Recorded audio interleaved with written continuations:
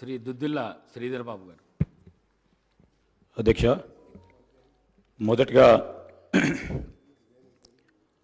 మూడవ తెలంగాణ శాసనసభకి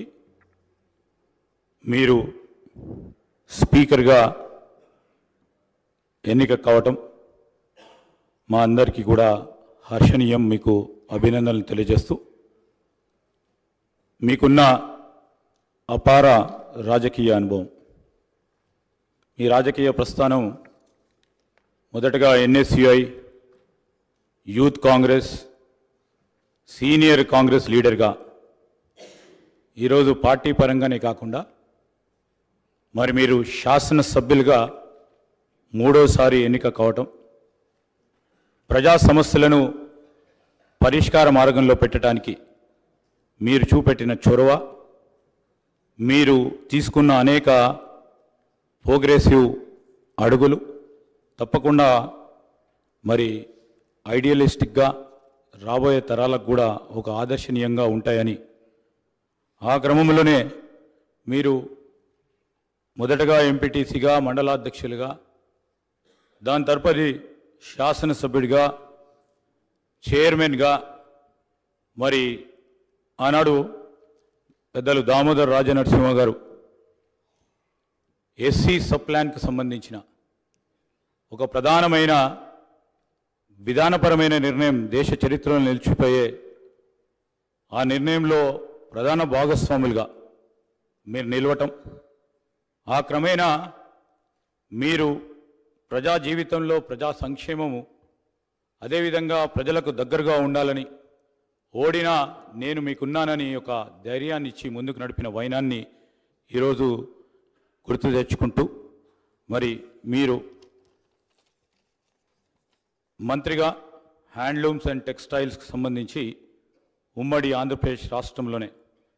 ఆనాడు ఎయిర్పోర్ట్స్లో కానీ, రైల్వే స్టేషన్స్లో కానీ, కాలేజీల్లో కానీ, బస్ స్టాండ్స్లో కానీ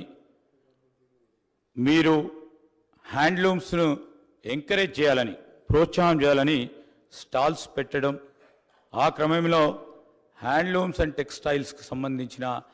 వారన్నిటిని కూడా ఆదుకోవాలనే మీ ప్రధానమైన ఉద్దేశాన్ని ఈ సందర్భంలో మరి జ్ఞప్తికి తీసుకొస్తూ, రాబోయే కాలంలో కూడా మరి ఇప్పటివరకు కూడా ఒక మంచి సాంప్రదాయాన్ని మూడవ శాసనసభకు సంబంధించి, తెలంగాణ శాసనసభకు సంబంధించి ఒక మంచి సాంప్రదాయాన్ని ఏర్పాటు చేయాలని సభానాయకులు మరి ముఖ్యమంత్రి గారు ప్రతిపాదించిన మీ అభ్యర్థిత్వాన్ని మేము కోరగానే టీఆర్ఎస్ పార్టీ వారు కానీ, అదేవిధంగా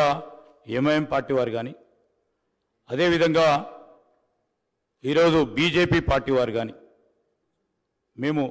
ఒక మంచి సాంప్రదాయాన్ని నెలకొల్పుదాం, మన రాష్ట్రాన్ని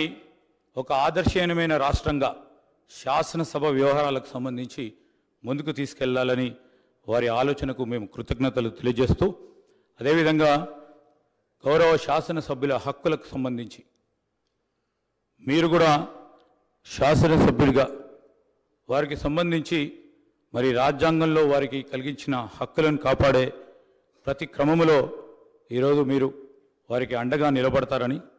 ఈ హౌస్ను కూడా సజావుగా నడపడానికి మేము ప్రతిపక్షాలకు సంబంధించిన శాసనసభ్యులందరినీ కూడా కోరుతా ఉన్నాం. మరి గౌరవ స్పీకర్ గారు ఏ నిర్ణయం తీసుకున్నా సభా సాంప్రదాయాలను బట్టి, రూల్స్ అండ్ ప్రొసీజర్ ప్రకారం వారు తీసుకునే నిర్ణయానికి పూర్తి స్థాయిలో వారికి మరి తప్పకుండా సపోర్ట్ చేస్తారని ఆశాభావంతో ముందుకు చెప్తూ, మరొకసారి మీరు శాసన సభాపతిగా